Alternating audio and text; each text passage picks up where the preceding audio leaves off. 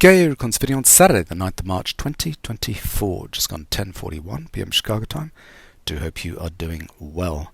So it's the weekend and time for another weekend futures market recap, where I go through 15 of the largest futures markets and I show you what I'm seeing on my charts. Going to start with the Emini, as usual, roll down from the daily all the way down to the 15-minute and the 13,500 tip bar chart. And this is going to be a little bit of a repeat of the last 3 or 4 weeks because we are still in a confirmed uptrend on the daily chart. The background's printed in red. We're an uptrend in terms of price and volume. The bars themselves are printed on the right hand side here in red, which means we're in an uptrend in terms of the cyclical patterns. We keep on breaking resistances and going into an uptrend. And on the left hand chart here, we've seen no blue professional bars to trail up our trailing stop from Better Pro-Am here, so it's sitting way back down here at 3,800 or in bed. And I was thinking that we might get some blow-off activity this week and have some blue professional bars and allow us to trail the stop up, but no, it's not happened on the daily chart. And in my mind, the trend isn't over until the professionals start to take profit at the highs. We might run into some trouble like a Rambo pattern, something like that, or here, from which we have some weakness from there. But there's nothing at the moment. There's no blue professional bars, no amateur bars, no momentum pattern up here. It's getting overcooked, yep, definitely, but I don't see anything that is worrying me in terms of time to get out on this uptrend. Let's go down to the 135-minute chart. Exactly 3 135-minute bars in a day session of the E-mini. Here we've got a little bit of blue professional bars activity on Thursday here, and that's allowed us to trail the stop up on the 135-minute chart, which is kind of good. Last time we had an exhaustion pattern was exhaustion sell at this point here, so we got rid of people who are trying to exit the market, get out of there, and they might get back in order to get that momentum reading to shows the symmetry in the market. Whatever volume sold off here gets out when we get a similar pattern, a similar read to the upside. You can see we're really overcooked in terms of cyclical patterns, pullback to end of trends on the low, intermediate, low again, and we just keep on pushing up and up and up here with cyclical patterns, resistance support. At some point we'll put in a pullback to end of trend on the highest time frame. We reach so far above the resistance on the highest time frame here that we'll have to put in a pullback to end of trend, and so that's going to be an important signal on the 135-minute chart. So it's still an uptrend. We might get some weakness this week, but until we see those types of patterns on the highs, this uptrend is not over, which is good. I'm in equities, I'm happy at the moment, but I'm just wondering at what point do the professionals say enough is enough. So 45-minute chart here, you can see this week's activity. A little bit of sell-off at the beginning of the week. Blue professional bars kind of buy that weakness straight down there. A little bit of a U-turn here. Exhaustion sell. So again, we've got rid of a whole bunch of volume at this point. You know, all the reads have been pretty negative over the last couple of weeks here. People exiting the market, but markets tend to finish with an explosive blow-off type move. So I'd expect something like an exhaustion pattern to mirror this or this on the upside. Again, just repeating myself. Friday, the average trade size was super low on Friday. Bit of an odd week this week. We had rollover, and so sometimes the average trade size calculation gets a bit messed up because of those rollover days. But it's interesting there, amateur bars at that point, but exhaustion sell, bullish divergence come in there. So expect the bounce at that point. 15-minute chart. Here we add the beginning and the ends of the week with solid yellow vertical lines here, and you can see this week's activity. So we sold off with some flush patterns here at the low, blue professional bars into those lows, and then they buy it up at this point, so a little bit of a U-turn there. When we go to the tip bar chart, you'll see the Rambo patterns there, but a lot of amateur bars this week here and here at the end of the week. The only blue professional bars that came in on the 15-minute chart were buying that U-turn at that point there, and we rocketed to new highs. At the moment, we got amateur down bars happening here, so that's a weak testing type move. So we're looking for the next break into an uptrend on better sine wave, because we're still above the trailing stop on Better Pro-Am, so we're expecting these to catch at some point and then start to trend back up into an uptrend. So maybe the support on the intermediate time frame will come in and catch the market, and we'll be able to rally through 5,257 up here. So 15-minute chart, and then lastly the 13,500 tip bar chart. So here, beginning of the week, a little bit of strength, and we led into a confirmed downtrend, and then we broke into an uptrend with a dark pattern in the middle. This is a nice area to get into this long move into Thursday, Friday, amateur down bars testing there at that point, and then we broke into an uptrend, confirmed uptrend here.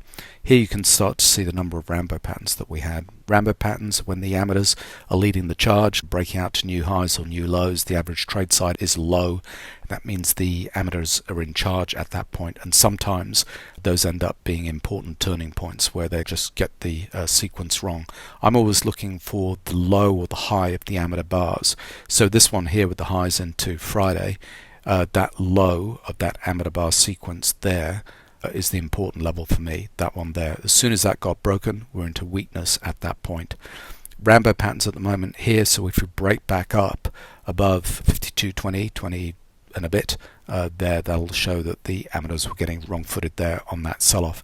Here, the high of that amateur down bar sequence never got broken, so it's amateurs leading the way, and they got it right. We kept on going down, and at this point here, when we broke back above the highs of that little amateur bar sequence there, blue professional bars actually stepped in right at that point there, bang bang, and so we broke into an uptrend, and we had strength until the close on Friday. So 13,500 tip bar chart, that's what's going on there. Interesting that we had a lot of amateur activity at these extremes here and here and here, so it's notable, but no blue professional bars, or not many at least, a couple here and a couple here. So there we go. The mini, we're still on the higher time frame charts in an uptrend until we see those blue professional bars, so still waiting and waiting for that to come in. Maybe we'll get them next week, who knows. And lastly, let's go to the triple system on the tick bar charts, and we'll start with the forex charts with the euro. Finally got some resolution on the euro. Was pretty keen on the euro last week, got long at the end of last week, and so done quite good in that position this week. We had some short signals during this week on the euro, but they never worked out. So on this little dip at the end of last week, blue professional bars coming in here, we broke above this trailing stop on better prime. We got a triple signal right at the beginning of the week, and that was good for a little trade. We've not seen blue professional bars here or here or here taking profits as this move moved up, so that's why I'm still long the euro at the moment. I actually think we're breaking out on the daily chart and the 460-minute charts, so I think we're going to go quite a bit higher here. So I'm ignoring these short signals on this tip bar chart and looking at the minute and the daily charts for an indication where the euro might trade to. But anyway, so that was a nice signal at the beginning of the week on the euro.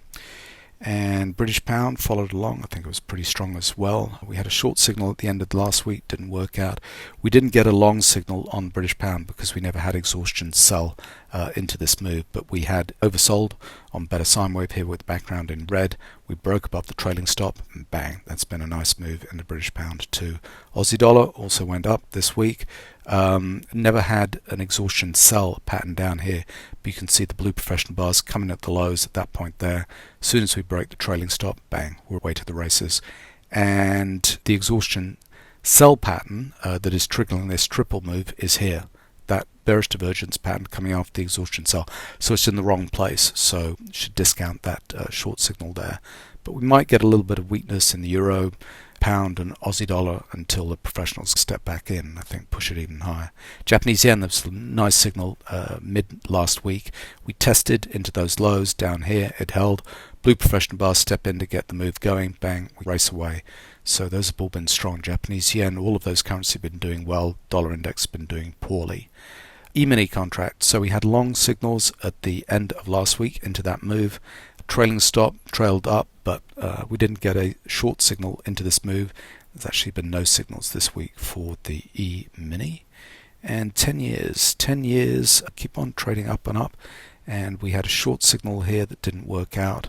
That was based on exhaustion buy, bearish divergence at this point here, and that's almost getting us moving out of this congestion zone into this uptrend. So that wasn't a good signal for 10-year notes. So gold's raced away. We're up at 2200 at the point. We never got a signal into this break because we were never oversold. The background was never in red. Down here we had exhaustion sell and bullish divergence. We broke above the trading stop on better pro-am, but the background was never in red to show that we were oversold at any point there. So that's a shame on gold. Silver, we did get signals last week, long there. That's the oversold that I'd be looking for here with the background in red. Broke away, tried to get us out of this move here and here, but the exhaustion buy pattern was here, which is getting us moving Here at this point here, we're having a little bit of weakness on silver, but yeah, it's not a real blow-off move with blue professional bars taking profits at these highs.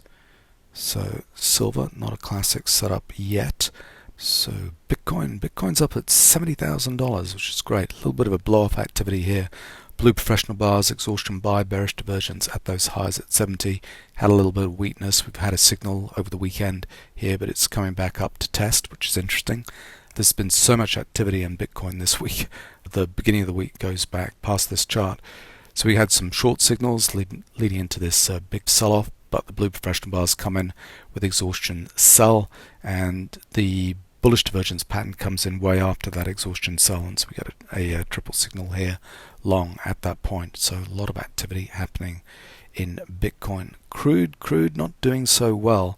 So this week's activity tested up into 81. Blue professional bars come in, sell it down hard. We come into an exhaustion buy pattern, bearish divergence, and a triple signal short at that point. So crude is doing poorly, and natural gas triple signals here this week, exhaustion buy, bearish divergence, some blue professional bars here, the trailing stop's broken, bang, we fall into a downtrend. National gas and copper, similar thing, triple signals going on at the moment at 394. The exhaustion buy, bearish divergence and flush patterns kind of happen here, but there's blue professional bars just selling it down pretty hard here at through 390s. And so lastly, the ags. We've got corn triple signal long last week. That's kept on going up and up, which is nice. A trailing stop being trailed up at the moment on corn. And soybeans, triple signals last week and held when we tested back here. We've had triple signals short at that point, and we've continued to rally, but that was the profit taking that was happening at this move here, and this is they're buying the dip and then buying the breakaway move on soybeans with the blue professional bars here through better pro-am.